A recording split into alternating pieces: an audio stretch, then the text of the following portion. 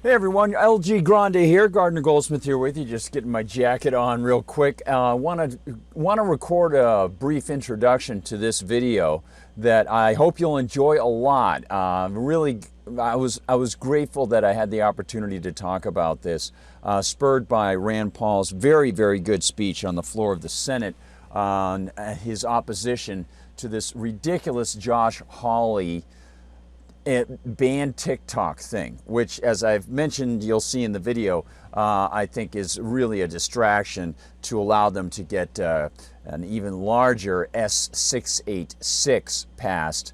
That is the Restrict Act, which will give the Secretary of Commerce virtually carte blanche to block any digital communication inside or outside the United States, including digital monetary crypto communication. I think that's one of their major goals there. So this mostly focuses on this speech from Rand Paul and this anti-TikTok legislation, which is separate from the Restrict Act. And I want to offer you a quick introduction just to let you know that there was one particular item that I did not really delve into, and that has to do with the corporate status for a particular business or something like that, as my computer finishes rendering a particular video that I'm going to be showing a little bit later. So watch for the end of this video, because I do want to get into that, into the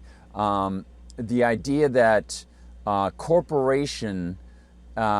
group of people getting involved in a business can be granted this beneficent title of corporation, which comes via the government and comes with a bunch of special privileges that are granted by the government for that particular corporation.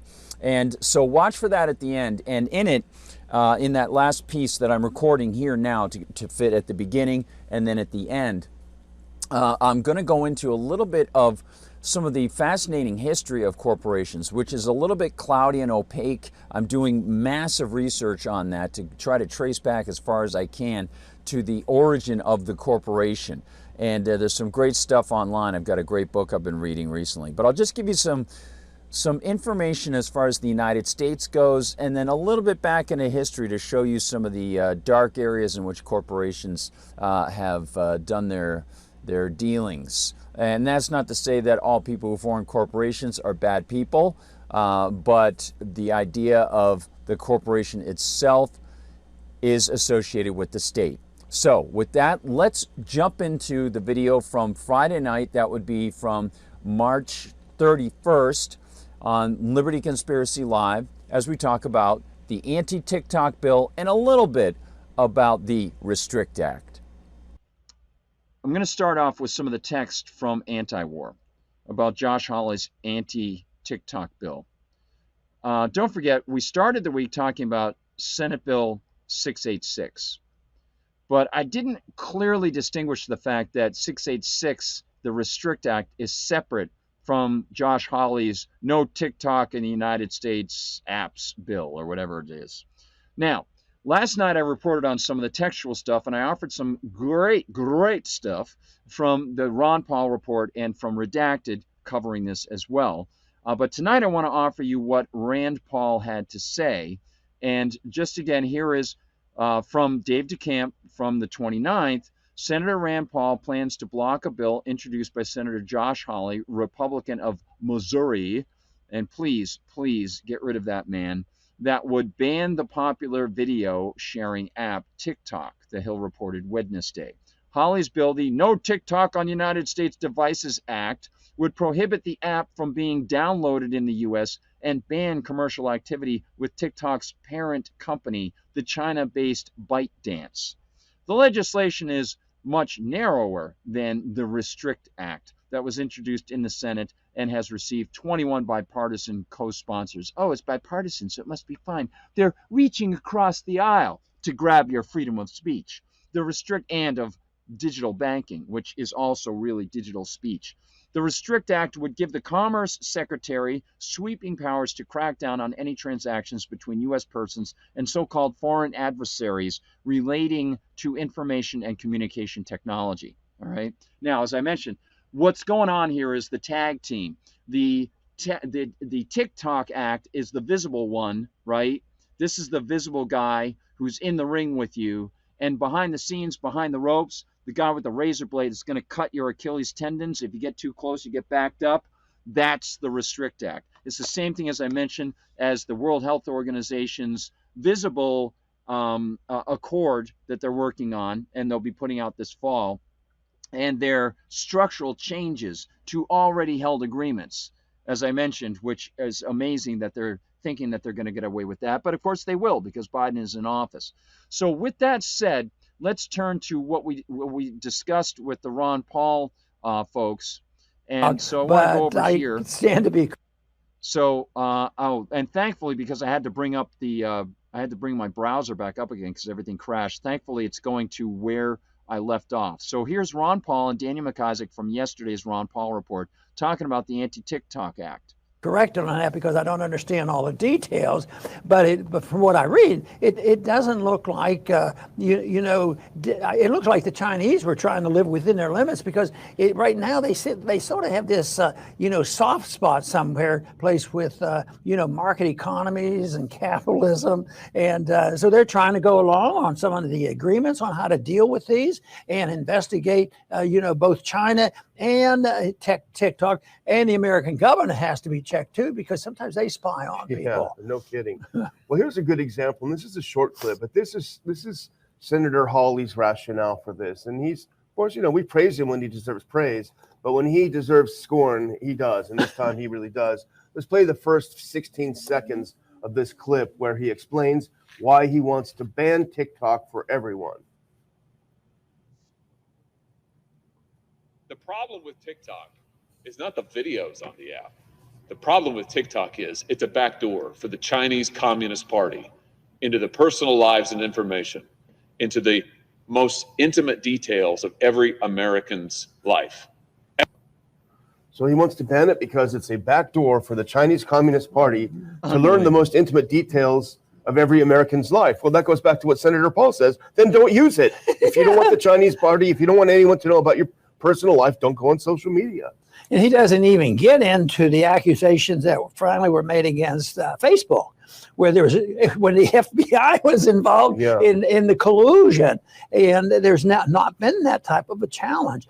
But I think that it's overly simplistic, and they're not dealing with it, in the whole idea of maybe there is a constitution, and we don't limit it to people who, are telling the truth and not stealing and killing. They can do what they want, but he didn't even allude to that. Yeah. I think even before the evidence was very clear about the FBI being involved with Facebook, most of us were, very suspicious. Yeah. And because I always say, investigate, find out. You're going to find some collusion between corporatism, the corporations and the social media.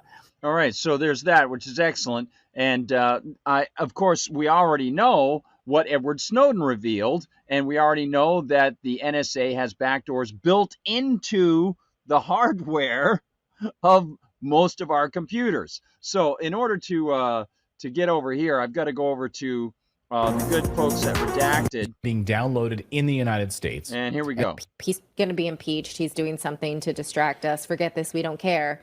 Oh, all of a sudden they care when they need anti-Chinese rhetoric. So the FBI and the NSA have a backdoor access tool to Facebook, Google, Microsoft, and a lot of other U.S. tech firms, right? So the FBI and the NSA have a tool, a backdoor access platform to that access. How is this any different? And why have they not stopped this? But we're concerned about China and people using TikTok. And then, what does this portend for larger concerns, of course, around free speech, right? So that's where this second sort of more narrow bill comes into play, where we want to talk about that. This is the Senator Josh Hawley bill. This is called the No TikTok on United States Devices Act.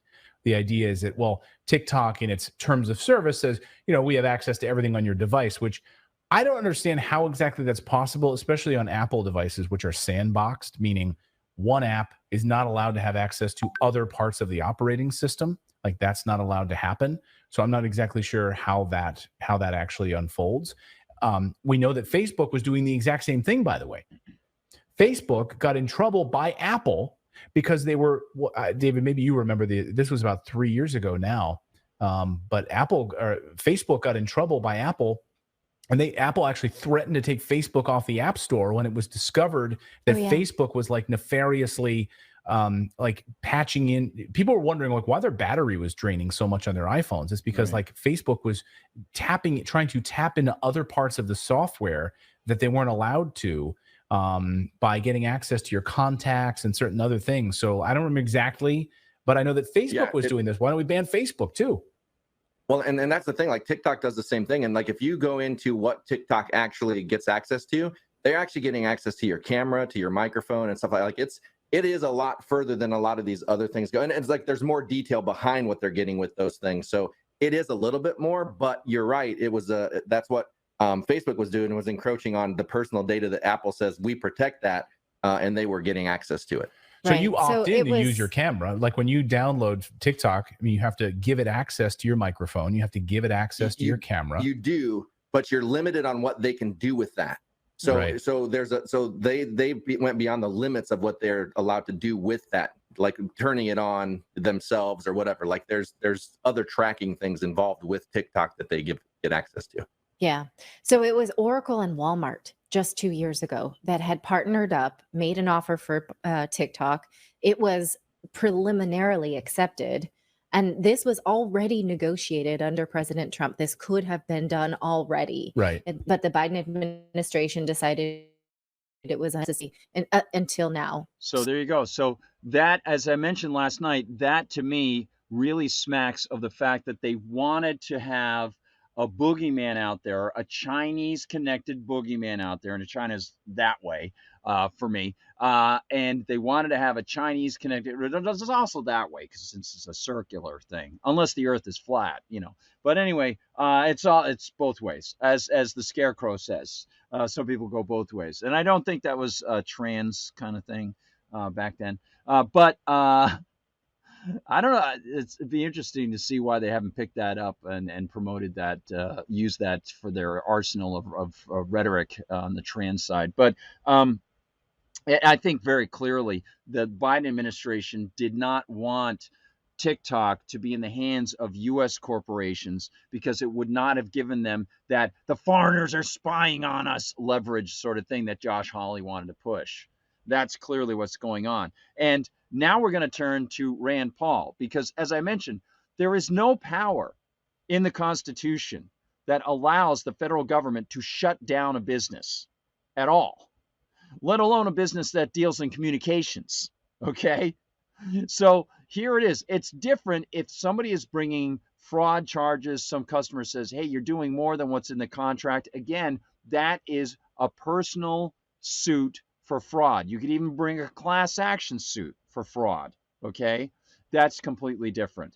That has nothing to do with Josh Hawley's statute. Josh Hawley's statute is a very, very clear attempt to grab power, to claim that they can shut down a business just like they can seize the assets of the Russian oligarchs if they demonize someone sufficiently, if they say that they're doing something very, very bad against American national security. And of course, since Joe Biden claims that climate change is a national security problem, that opens up a Pandora's box to say that virtually any communications company, if they don't conform, if they don't restrict, if they don't toe the line of what the U.S. government wants them to do, then they too could be attacked because it's against national security. And that bleeds over into the Restrict Act.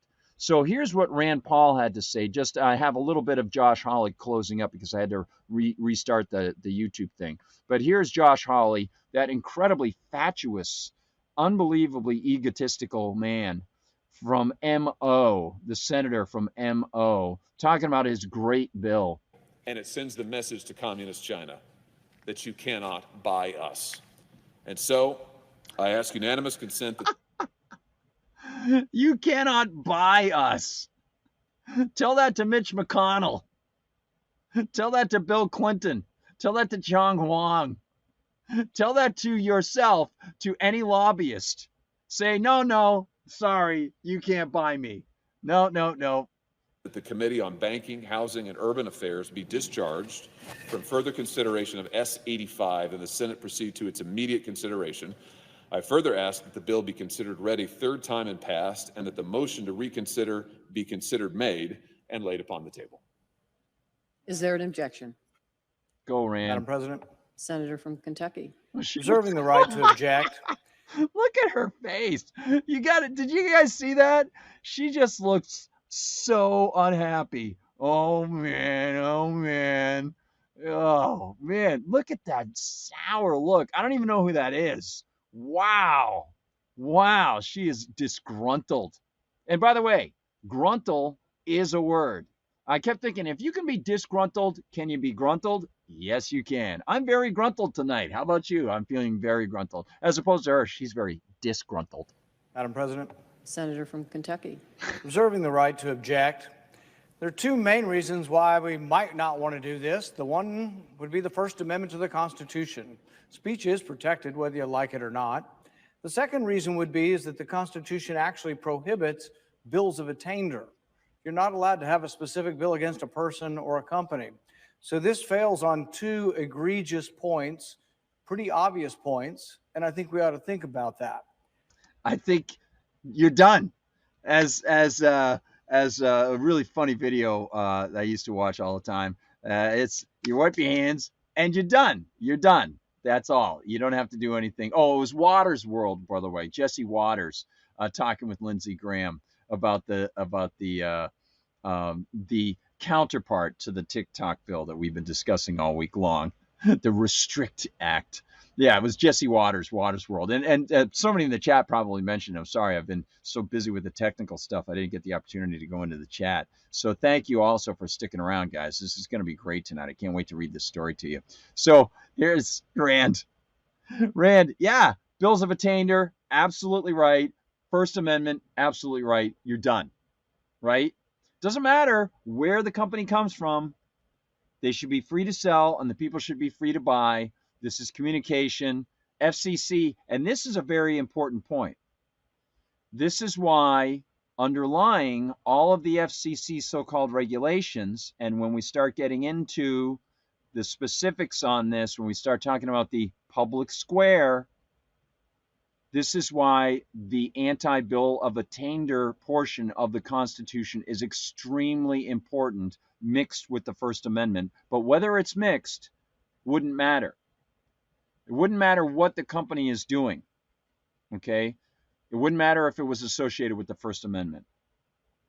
Because very clearly, the government cannot just shut down a business or punish a business by making a claim about the business.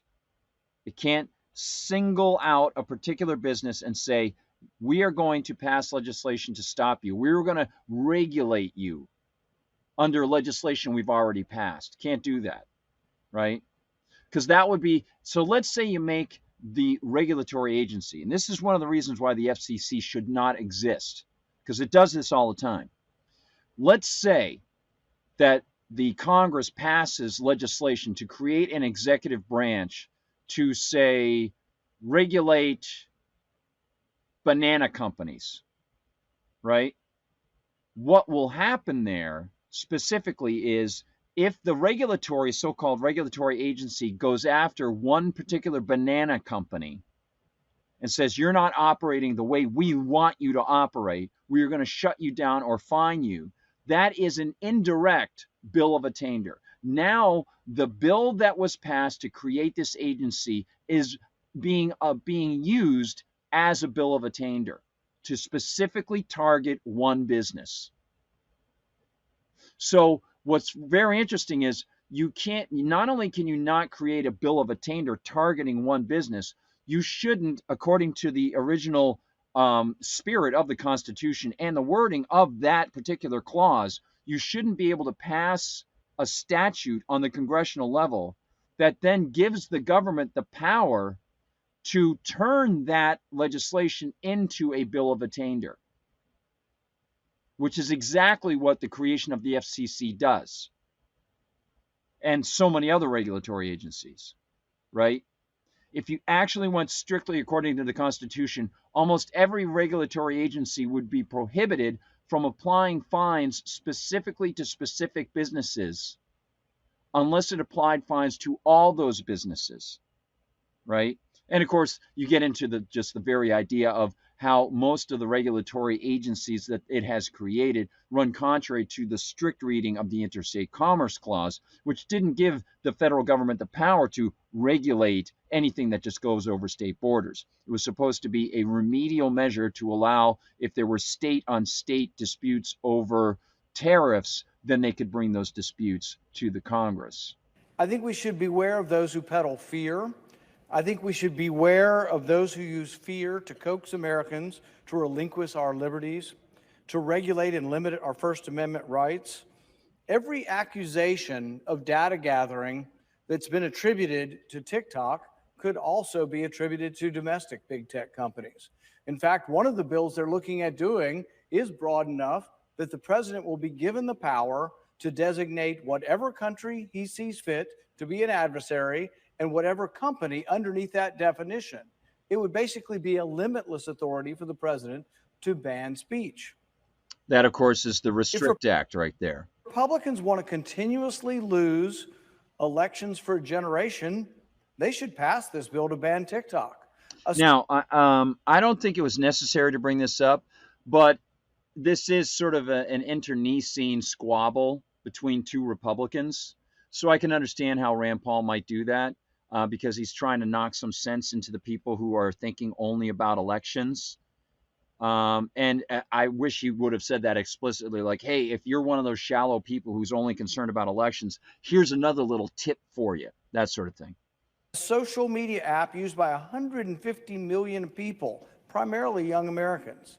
This brilliant strategy comes while polls indicate that 71% of young women and men 53% of young men voted for a Democrat candidate for Congress. Admittedly, many Democrats have joined Republicans in calling for this ban, but like most issues, the blame will stick to the Republicans more. The Republican strategy to ban TikTok comes simultaneously with GOP complaints of domestic social media companies canceling and censoring conservatives. Without a hint of irony, many of these same conservatives now rail against censorship while advocating for censorship against social media apps they worry are influenced by the Chinese. Exactly. Before banning TikTok, these censors might want to discover that China already bans TikTok. Do we really want to emulate Chinese speech bans? Aren't we the ones that say it's wrong for China to ban speech, so we're going to be just like China and ban speech we're afraid of? The vice president of FreedomWorks, John Tamny, perhaps described this situation best. Nauseating harassment of TikTok presumes Americans will be saved from Chinese authoritarianism if U.S. politicians act like Chinese authoritarians. We're going to be saved from speech if we ban it in our country. My goodness, could we think of anything more antithetical to the freedom of speech? Well, go to the app. They say, oh, the app's full of propaganda, and your young people will be dancing into communism. Well, go to the app and search for Falun Gong, the anti-communist religious sect that is persecuted in China.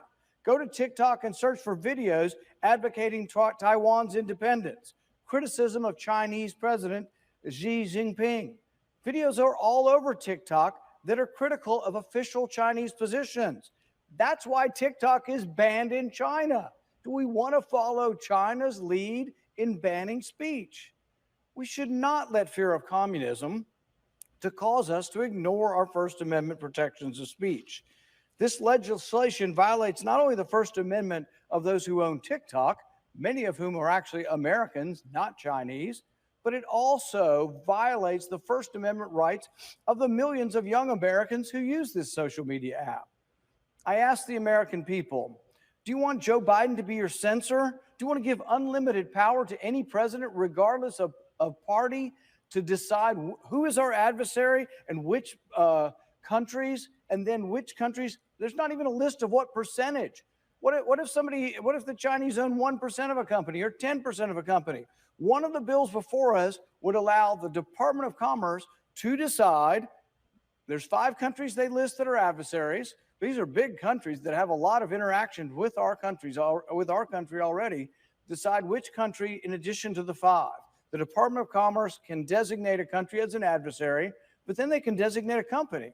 But there's no specific. Do the new people that are designated to be an adversary have to own 100% of the company, 50% of the company, 1% of the company?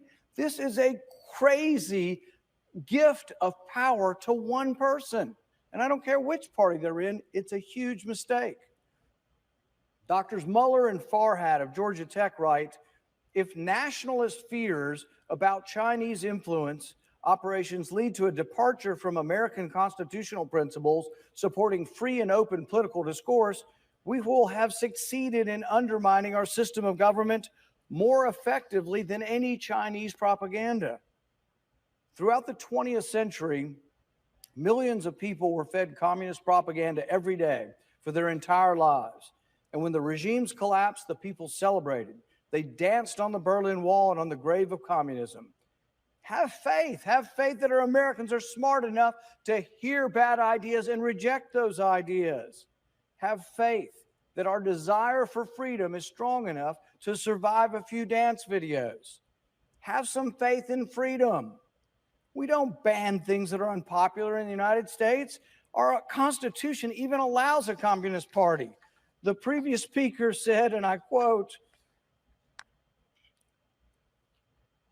there's no First Amendment carve out for communists.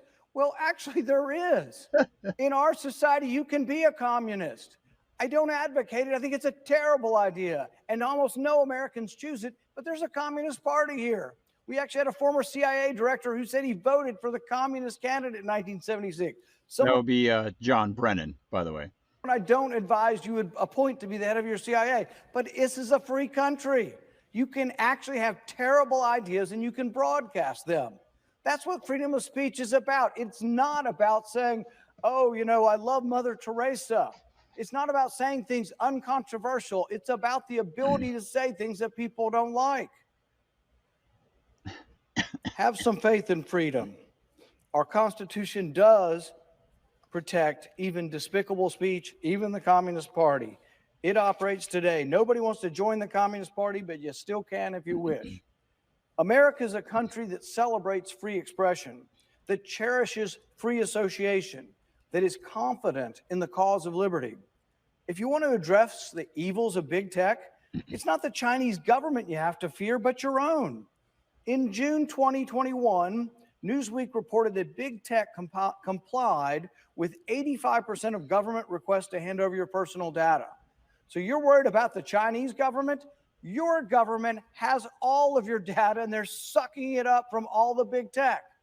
So the thing is your next step to ban big tech in our country? There are some people that are promoting banning TikTok, and their next step is Facebook.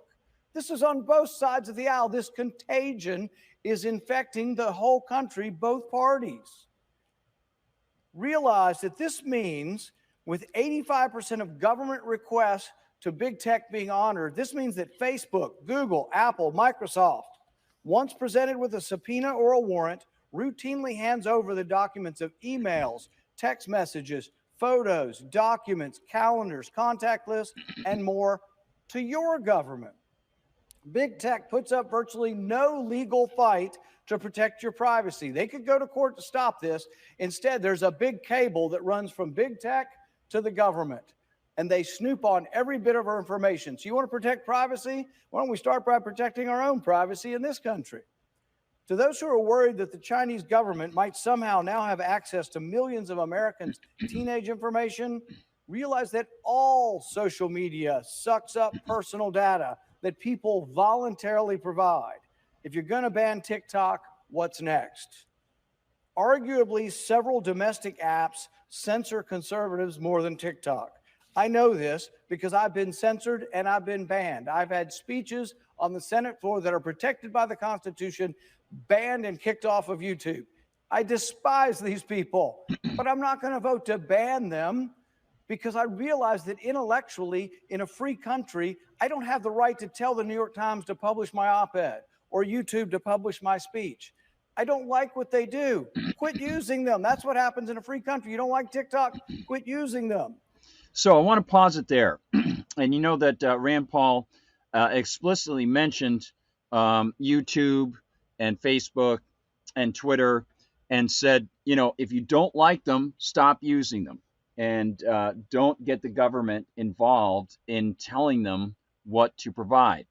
Now, some people have said this YouTube and Twitter and other social media sites are different than newspapers, are different than magazines, different than book publishers, because they are the digital public square. Now, it's one thing, and David Knight has brought it up. Even the head of YouTube, Google itself, actually has said numerous times that YouTube is the digital public square. Okay, now, and I think Jack Dorsey also said that. This opens up the door to Section 230 of the 1996 Telecommunications Act. And I'm not going to get too deep into the details of all of that. You all in the audience are probably familiar with a lot of it also. But I want to draw this out more generally. Because both logically, morally, and practically, the idea that a place that is open to the public is the public square is erroneous. Now, it's one thing if these guys claim that, okay? But again, we get into a deeper moral argument about how that should be managed.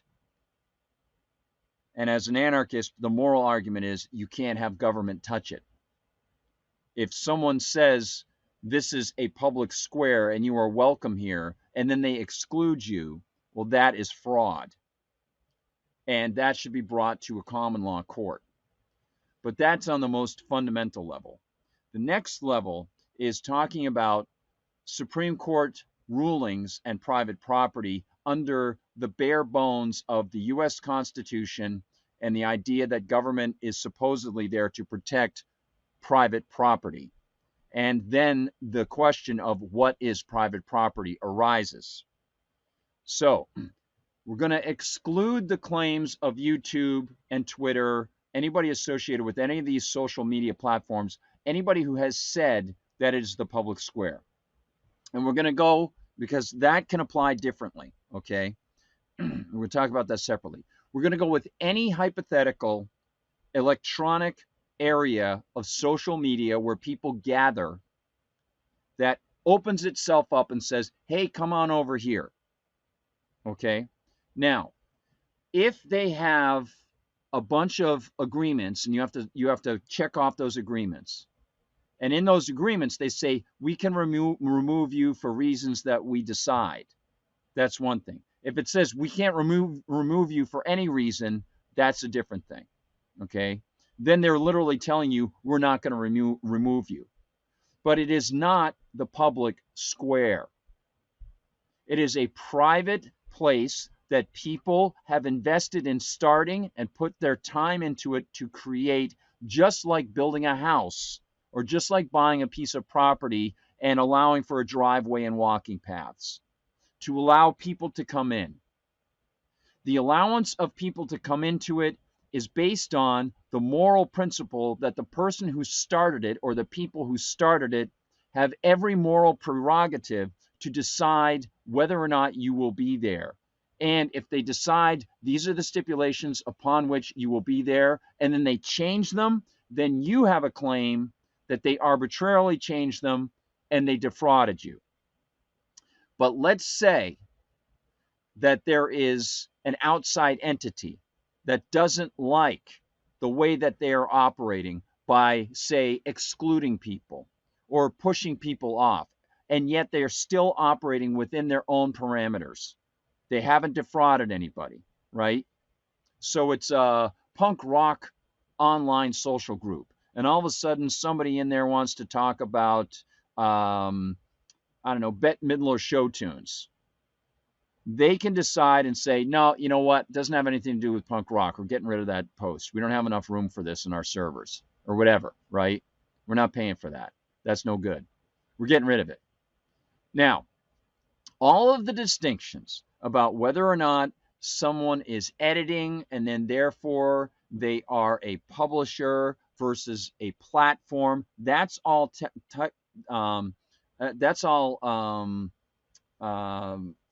technical jargon within the Section 230 portion of the 1996 Telecommunications Act. So let me give you that layout first, okay? Because that's a distraction, but I want everybody to understand what that does. So Section 230 of the 1996 Telecommunications Act basically says, because they were trying to work out what if there's an online site, but people are, posting porn to it and things like that. They could run afoul of state laws, that sort of thing. How's the U.S. government going to handle this? Okay, so what they did was they gave the ISPs and the web host people who might create these websites the legal immunization against states going after them for, say, something like pornography that was posted or whatever, if they manage the content of their site in what the government calls good faith. And good faith is determined by the government, the federal government, and the FCC in particular. Okay? So the board of the FCC can look at a situation and say, and this is completely unfair and it's completely unconstitutional. Okay?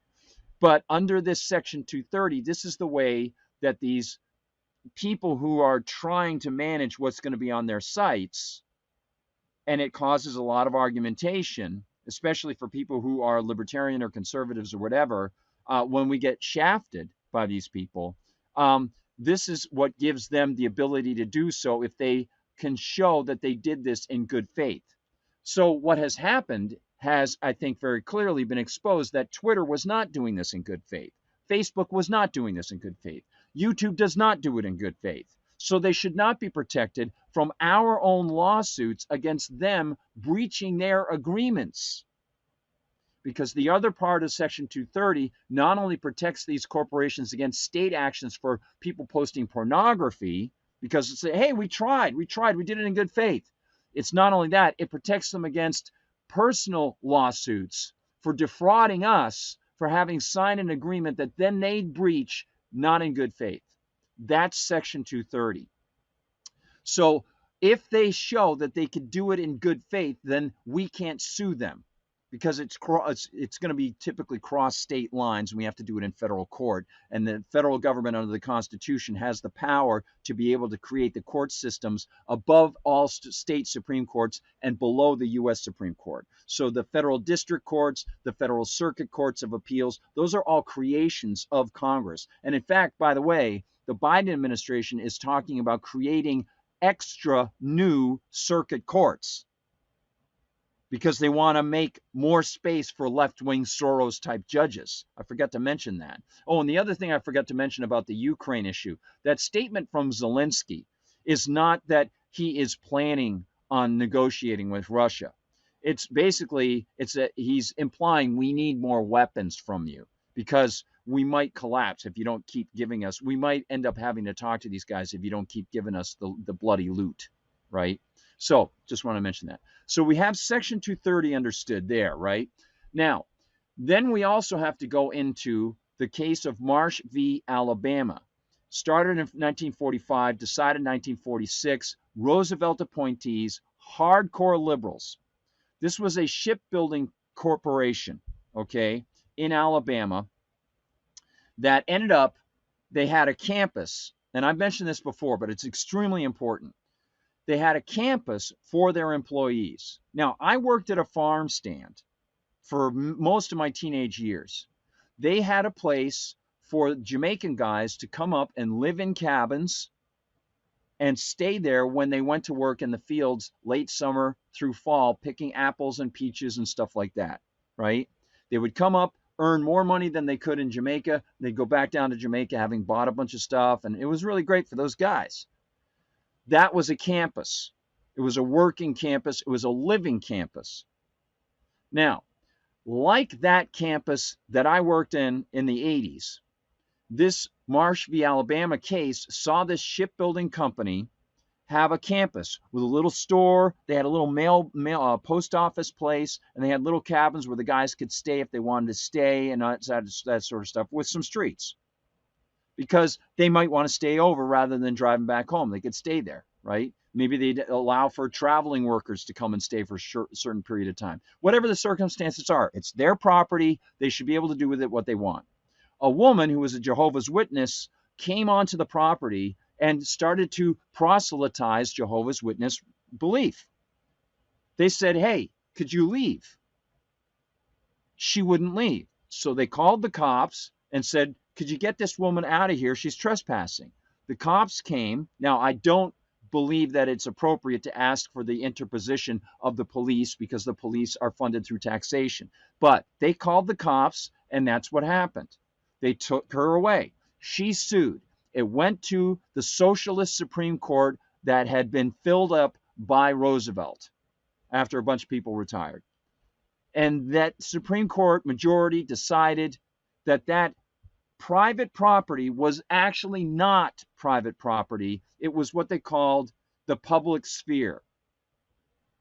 It was the public's area because it was open to the public. It was the public square. It was not the public square. And just by testing this, you can simply come up with some answers to it.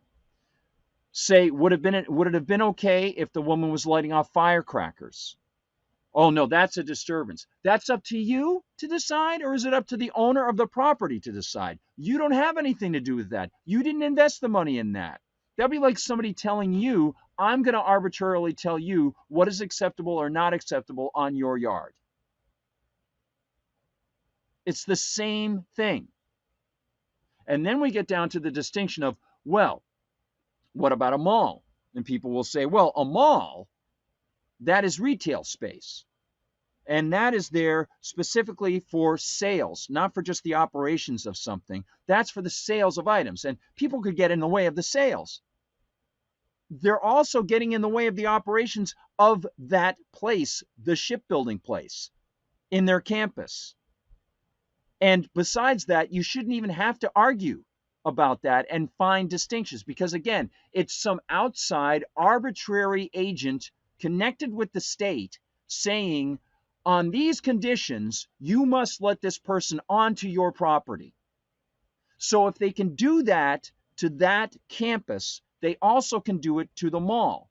People say, well, it's the interior of the mall. Well, they have kiosks in the mall, so that's also a sales space, so you can't do it. That's you deciding that they can't do it because they're close to sales. They're close to retail sales. It's still private property. It's not up to you, person, in government to decide, well, this is retail sales, so therefore we're not going to allow an interloper there. But this isn't retail sales, this is manufacturing, and there's a lot of space there, so we decide that it's okay for the interloper to come there. It's not up to you. You don't own the property, and neither does the government. And just because someone opens it up to visitors doesn't mean that they can't close it to visitors. The very act of free association requires the ability to not associate with someone. It's fundamental to morality. So that decision in 1946 was translated in 1964 in the Civil Rights Act. The Civil Rights Act had some good stuff in it, recognizing the civil rights of minorities. But it also included the Public Accommodations Act, or portion of the 64 Civil Rights Act. The Public Accommodations portion of it rode on the back of the Roosevelt Supreme Court decision in Marsh v. Alabama, which destroyed the concept of private property. And it said, Any place that is open for business must accept anyone and must do business with anyone. So, as Walter Williams has said, then I can't discriminate. He said, when I asked my wife to marry me, I discriminated against a lot of other people. If you're on the dating market, can you say no to someone, or do you have to say yes? If 1,000 people come up to you while you're walking down the street and they want to engage you in conversation, do you have to engage them in conversation? How long? What do you have to talk to them about? Or can you go along your own perfect little way? This is how they got into the lockdowns. This is how they got into the 6-foot stuff. It all stems from the 1946 Marsh v. Alabama decision, which a lot of people argue. They come up with these fine shadings of, well, that's this kind of property, that's this kind of property. I go back to the other night when I was talking about John Locke and the Second Treatise of Government. This is the fundamental conceit of those people who claim they support natural rights and private property rights, but actually are social contract theorists, allowing the government to decide for people, regardless of whether those people agree. In this case, in the Marsh v. Alabama case, it was the government applying itself to say, this is how you will operate that private business campus. It's no different philosophically or morally than saying this is how you will operate inside your kiosk, inside your shop, inside your home. It's private property. It doesn't matter why you opened it, whether it's for manufacturing or it's for retail or whatever. It's different if you offer an open, explicit explanation that anyone is welcome there, and then you deny someone. That can be brought up on a breach of contract, fraud basis for personal suit. That's different. So if, say, YouTube goes against its conditions of agreement, its terms of agreement, and bans you for something that they originally told you would not be a condition for banning, you've got a case. Same thing with all the other social media sites, right? But you don't really have a case because Section 230 prevents you from bringing suit. And the government, the FCC, started as the FRC and then turned into the FCC in 1945 under Roosevelt. They decide what is or is not acceptable communication over communications lines in this place that's supposedly protected by the First Amendment. Josh Hawley is the scion of the same poison that created the Federal Radio Commission in the 1920s and saw the Marsh v. Alabama decision. The same group of Stalin-loving people in the 1940s who adopted that decision. He is their descendant. Ideologically, philosophically, morally, the same. Exactly the same. Under the guise of stopping the evil Chinese. Meanwhile, the United States government has been engaging in that and continues to do it right now. Everything that TikTok has done, or allegedly done. Now, we have the Section 230 stuff. We have Marsh v. Alabama. We have the 64 so-called Civil Rights Amendment. That opened up the door to the Americans with Disabilities Act under George H.W. Bush. These are private places that some politicians don't like the way they're operating. So they say, well, for the little guy, the David, I am fighting for the David against that evil business person, the Goliath. As Walter Williams said, if I am discriminating against someone, then do I not have a right to do that? So we flip the tables. We say, okay, let's look at the 64 Civil Rights Act. Because a lot of people say, Guard, that sounds really cruel. You're willing to allow businesses to shutter their doors to minority people? Well, first, let's define what a minority is. It varies in place and time. It varies in all sorts of ways. All sorts of ways you can measure it, whether it's wealth or clothing, height, sex, gender, race, religion, whatever it might be, right? Time of the day that somebody comes out, interests, musical interests, whatever it might be. We all living creatures discriminate. If you don't discriminate, you die. So, discriminating for preference, however, why not? If I discriminate for preference and you don't prefer it, should you be prevented from discriminating for preference against me? You can't decide if you like me or don't like me, so we flip the tables. You've got a town which is 99.99% non-Nazi, but it has one Nazi in it, and that Nazi owns a butcher shop. You're walking by the butcher shop. Should you be forced to have to do business with the Nazi? Right? Or let's look at it this way. You own a shop, and you've got the one Nazi who comes into your shop. Oh, God, but you're likening some minority of skin color or religion or whatever to a Nazi. That means that the person criticizing me is preemptively saying that he or she knows what that one minority member might be believing, whether it's Nazism or it's it could be this woman from the whatever it was, the Mormon Church or whatever, right? Whatever it is. It could be bad, it could be good, it could be seen as bad, it could be seen as good, whatever it is, right? The owner of the property, is the owner free to choose to do business or not do business with that person? And again, if you are not free to do business or not do business with that person, then again, if you are just walking by outside, are you free to do business or not do business with the person? If you are talking to one person and another person wants to come up and talk to you both, do you have to talk to that third person? Or are you free to discriminate and say, no, thanks, we're busy? Free will, free association.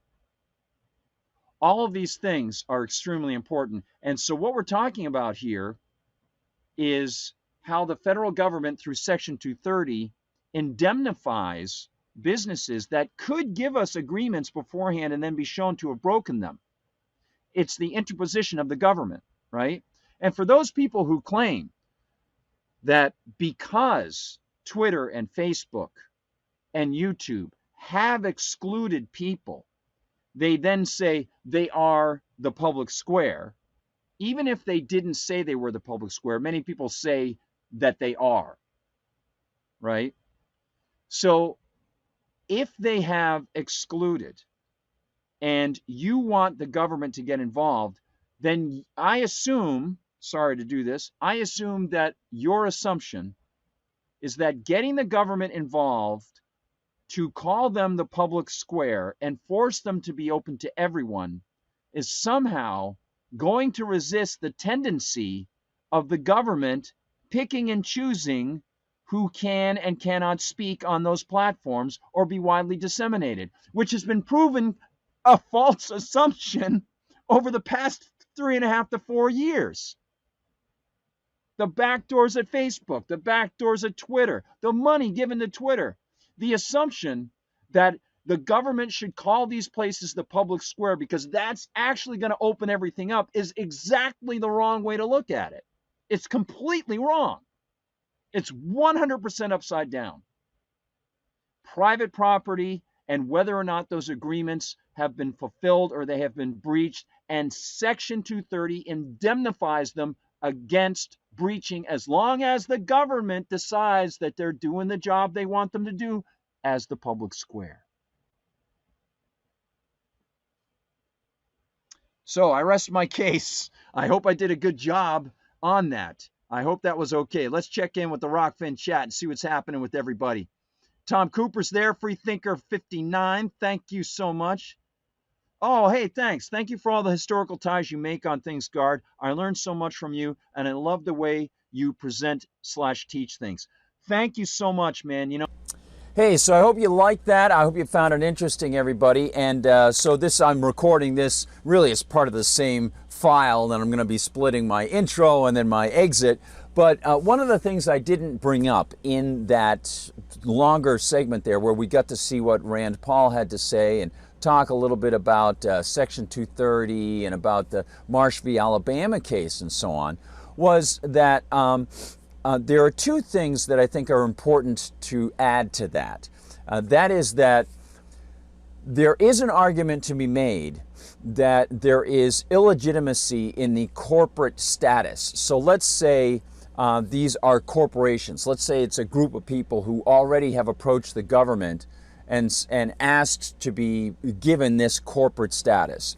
Corporate status is different than a regular business status in that when you get incorporated and the government grants you that status, there are legal indemnifications that come with that, which, as you probably can guess, and you probably know, which mean that the government will protect, sorry, I'm turning my little space heater off. The government will protect the assets of the people who formed the company, the corporation.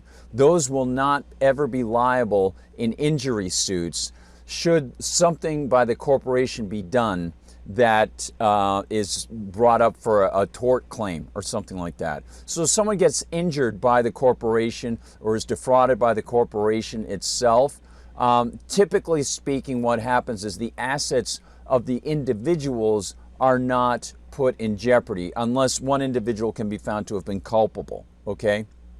So that's a big deal. That is something that normally wouldn't happen in regular commerce. You know, if you hire me as a plumber and I damage your house, I'm liable, right?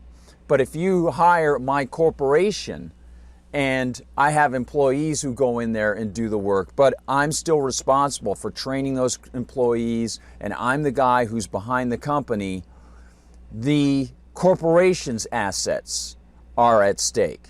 So a lot of people bring up some pretty justified criticism about that.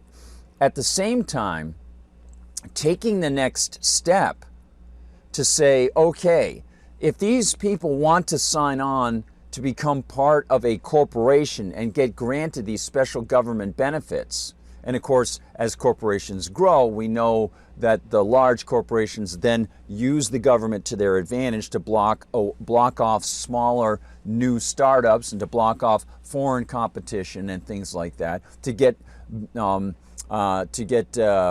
payoffs and pork given to them for special interest projects, and it becomes very fascistic. But one of the things that folks would argue would be, and I've heard it sometimes, would be, well, Gard, you know, they asked for corporate status. So, you know, careful what you wish for. If you're going to ask for corporate status, then you could end up being so-called regulated or hit by the government, right? But the problem with that is, as I've mentioned before, there's something in constitutional jurisprudence which is called unconstitutional condition. And an unconstitutional condition threshold is met when, by getting some preferred government benefit, the government tells you in a quid pro quo fashion that in order to get the government benefit, you must give up some constitutionally protected right. And the example that I always give is the Cabrini Green case, and then I give actually 3 examples, 2.5 really. The Cabrini Green case, which was a situation outside of Chicago at the Cabrini Green housing establishment, which was Section 8 housing. And so it had federal money, and the government, the local government, was managing that with the federal government. A little child was killed, obviously a little child, was killed out in the parking lot in a drug deal that something went wrong, someone shot a gun, and the little kid was killed. And so in response to that, a lot of the so-called authorities behind the Cabrini Green thing and politicians local around Chicago, they were saying, all right, we're going to change everything because the drug situation is so bad at Cabrini Green. We are going to stipulate that anybody who lives there or moves in there to live must agree to no-knock searches at any time. Well, residents of that didn't like that. They connected with probably the ACLU, civil liberties groups locally, and they sued. to say you can't do that. We have the Fourth Amendment. The Fourth Amendment says that you must have a warrant specific to the person being searched and the items being sought, and it must be a publicly announced warrant from a judge. Okay, well, that was fought all the way to the Supreme Court, and the Supreme Court found in favor of the plaintiffs. So they said that meets the threshold of an unconstitutional condition. You can't do that. Okay. On the flip side of it, to show how fickle the Supreme Court is, depending on who's sitting on the bench, Hillsdale College, Grove City College, perfect examples. The federal government comes up with Title IX.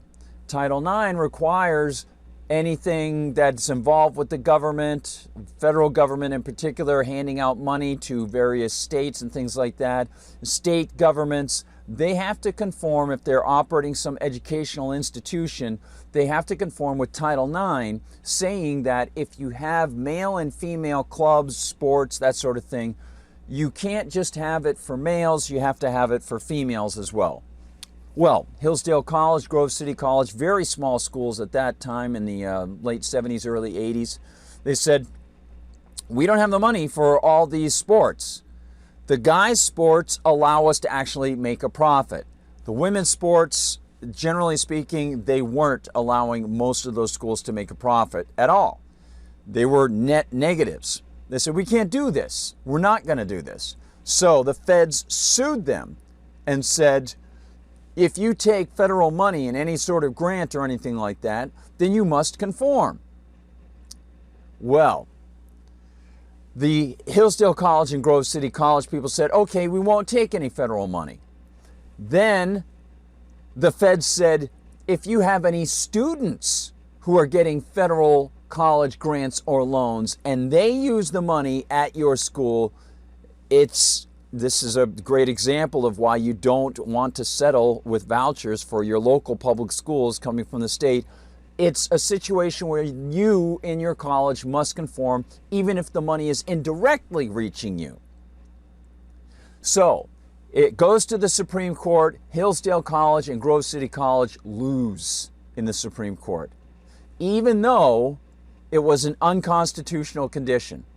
They should be able to operate their private property, their colleges, as they see fit. They should be able to admit to people. They should be able to run things the way they want to, do whatever they want, but they can't. Even though it's a voluntary thing, they can't do it because in this case, the Supreme Court found against them with an unconstitutional condition accepted in this case. So you've got both sides of that coin, and nobody really knows where a Supreme Court might come down if future unconstitutional condition cases were brought to the Supreme Court. For example, the TSA, which by its nature, every minute it is in existence in an airport, is breaching numerous portions of the federal Constitution, but in most particular and egregious fashion, it's destroying the Fourth Amendment. All right?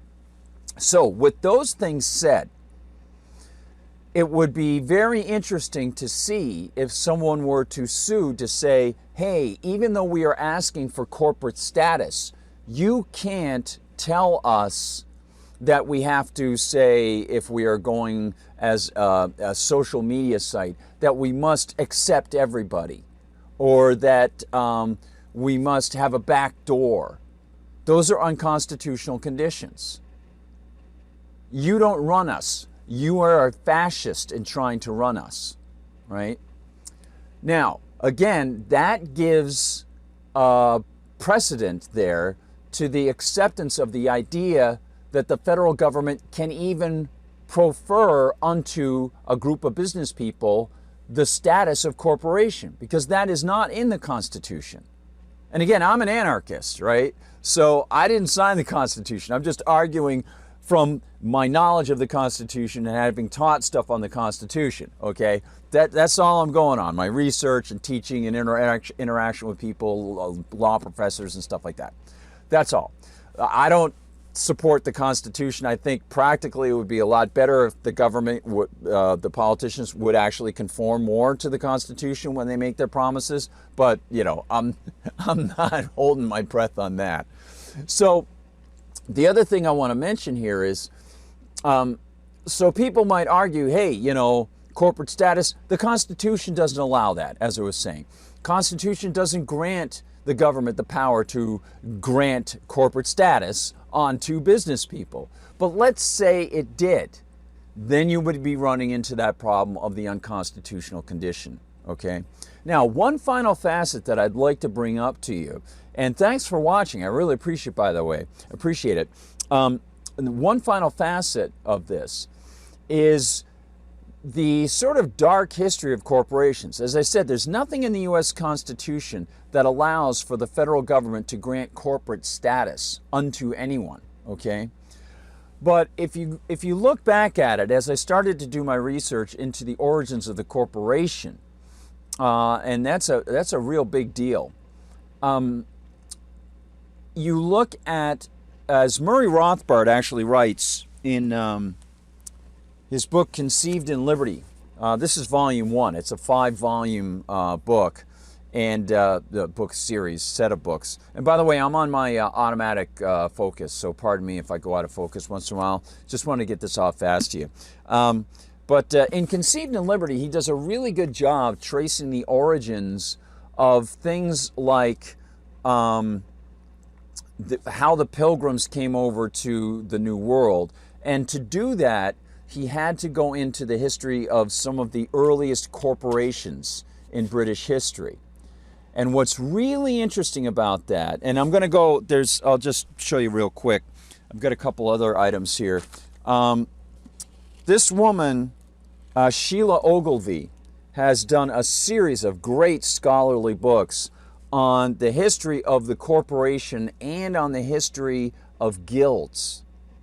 So if you go back into medieval times, even before that, but if you could go back to classical antiquity in many cases for things like guilds, corporations really arose from the medieval guild. And what's fascinating is in England, I'm not going to talk about Holland in particular, but although there's some symbiosis and parallels between the Dutch East India Company and the British East India Company. We'll get to that in just a minute, thanks to Murray Rothbard. But the guilds started up as she opens up this book in particular. Let me show you. Oops. She opens up this book, European Guilds and Economic Analysis, by mentioning that she is wondering whether or not guilds should be seen as rent-seeking organizations from the medieval era, or they should be seen as groups of people who work to try to protect themselves against the local burgher, the local feudal lord's power. And I haven't come to my own conclusion on that yet. Because I'm really trying to handle this very, very carefully before I set out writing on it and things like that. But I get the impression that it sort of worked both ways. And as the guilds grew and they became more powerful, then they actually were able to take advantage of their power. So then they could exclude competition, have the royalty or the the royal connected figure only allow for the guilds, that sort of thing. You know, it's one thing if something's voluntary, that works, no problem, right? You can join a guild, not join a guild. You can hire somebody who's in the guild or not in the guild, right? You can hire somebody who is, we're not talking licensing here, but you can hire somebody who's approved by some group of plumbers. He's got the stamp of approval from the plumbers collective or whatever, but they, as long as they're not associated with the state and any coercion, they're just a group of people who got together for their own quality control. You could go someplace else if you didn't like it, right? So the guilds, as long as they weren't getting protection from the royal magistrate or the burgher or anything like that. Then they're just a group of people who worked in the same field, and for quality control they would get together. But let's say that the royal governor was picking and choosing people. Well, then, as a form of almost union, the guilds could get together in a locality and say, okay, we are going to work together and we are going to oppose all of this force. Then what happens? Well, then once they get these protections, then they might go for advantages. And what's very interesting is if you look at Murray Rothbard and Conceived in Liberty, Conceived in Liberty actually tells us a little bit about the growth of the British East India Company. And that's very interesting. He talks about how as the overland routes to China started to dissipate after Marco Polo had been working with the Mongols, but the Mongols were pushed out, and then the Ming dynasties come in. And by the way, if you want to look up a really good book, 1421, the second Ming emperor was very much in favor of open trade.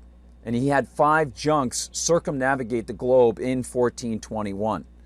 And they've actually found pottery from that era in, I think it's like Argentina and maybe Central America, but I know in South America. It was very interesting. It's by a guy named Gavin Menzies, the book 1421. Check it out. It's really, really cool. So anyway, but after that, the person who replaced the second Ming emperor got rid of all of it. They were not interested in free trade. The Mongols are gone. The connection with that we saw from the Silk Road, that's drying up. So a lot of ocean powers started to rise up. Shipbuilding became a lot better, and you saw some of the Mediterranean city-states doing pretty well, and then on up into Spain and Portugal, and then the Dutch. Now, what's very interesting about this is the reason the Dutch became pretty big was that those overland routes that had gone into towards the Mediterranean and Italy and things like that, as those dried up, people started to switch up to Northern Europe. And they would use land routes and water routes. The British, curiously enough, the British got involved with this, and after the Roundheads came in from France and took over a bunch of land, and we saw what was called the, not the encirclement movement, the enclosure movement, as the Norman royals then started to take over the Anglo-Saxon lands. And this is in Thomas More's Utopia. He mocks the number of sheep that they kept bringing in. They took over a lot of the lands that were being farmed by the locals, and they ended up putting up stone walls. I don't know if that's the kitty cat. I don't know. Anyway, they end up putting up stone walls, taking over a lot of this old medieval common land where the locals could bring their stuff down their little routes that they would share, the roads and so on, that they took care of themselves. And they started to really, really, through royal bloodlines and connections and feudal connections, they started to really take over these lands and really establish this feudal system. And that feudal system saw a lot of the lands changed from the agriculture that had been there with these people to sheep grazing. And it turned out, and that's why Thomas More, if you read Utopia, in the very opening of Thomas More's Utopia, they talk about the sheep and the stone walls and stuff like that.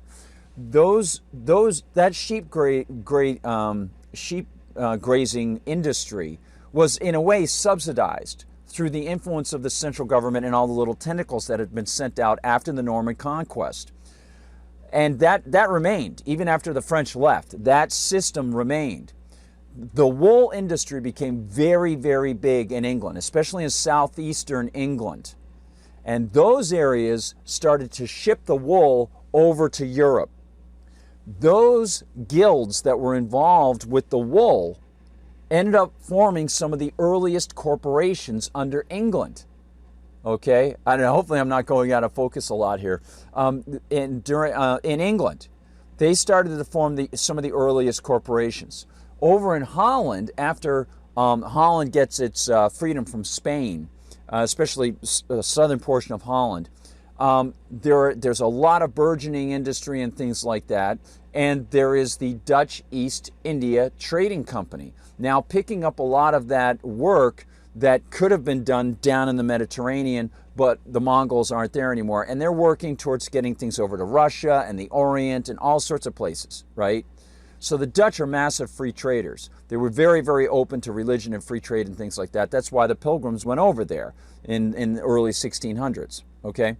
So that connects, because not only did the Pilgrims need to get sponsors to go to the New World, so you get the Dutch East India Company type corporations in Holland looking for ways to make money, so they got some corporate sponsors. They could pay for the ships to go over. It wasn't the Dutch East India Company that had done it, but the British government recognized the advantage of connecting with the corporations, and the wool industry was one of the big ones. So they started to use the wool exports as a way to gain in corporate and nautical power. And then they realized that if they could, and there are a lot of different figures. I'm going to go through some reading on this, because there are a lot of figures that you'll see who rose up in those early days, those nascent days of trade coming out of southeastern England. And then they started to do more over in Bristol and Plymouth and things like that, to then go over to the New World. But it was the rise of the wool industry that helped actually create the British East India Tea Corporation parallel. The British East India Tea Corporation started as a way to parallel the Dutch East India Tea Corporation. And they actually have names that were very similar for a while. So when you hear about corporate history, just remember that if you can go back to some of the machinations of the guilds, whether for good or bad, and then see how that template then helped the corporate status come about after the Norman conquest, when they started grazing sheep, and there was a specific interest for that particular industry to start shipping and getting involved with shipping, then you can see the rise of the corporation. You can see the rise of corporations connected to colonialism because they're connected with the government itself. And then you can see how, even though it's not in the U.S. Constitution, the corporate status, granting of corporate status thing has been a silently accepted activity of the feds going back over 200 years. Absolutely crazy. So, some interesting stuff. Thank you so much for being here, everybody. And I hope that lays it out. And to amplify, because I know there are a lot of things there, is just little touches that I'm offering. But to amplify on it, hopefully it's really solid on the unconstitutional condition stuff and the corporations and stuff like that. So when you get to Marsh v. Alabama, even if they're even if people say, well, they're corporations, they have to accept it. No, they shouldn't have to accept it. But then you've got the unethical question of the corporate status itself, and that's a big deal. So later, I'm going to go through some pretty good analysis of this part one, Conceived in Liberty, just the first part, Murray Rothbard, and then I'm going to go through some of the research that I'm doing on the origins of European guilds. And as Sheila Ogilvie asks, and she's got a 3-book set that's actually very, very good. In this one, State Corporatism and Proto-Industry. This is the Wittenberg Black Forest from 1580 to 1797. She actually, she asks questions about guilds, and she says, are guilds rent seekers? Are guilds protectors of free enterprise? Or is it a mix of both? And how far back do guilds go?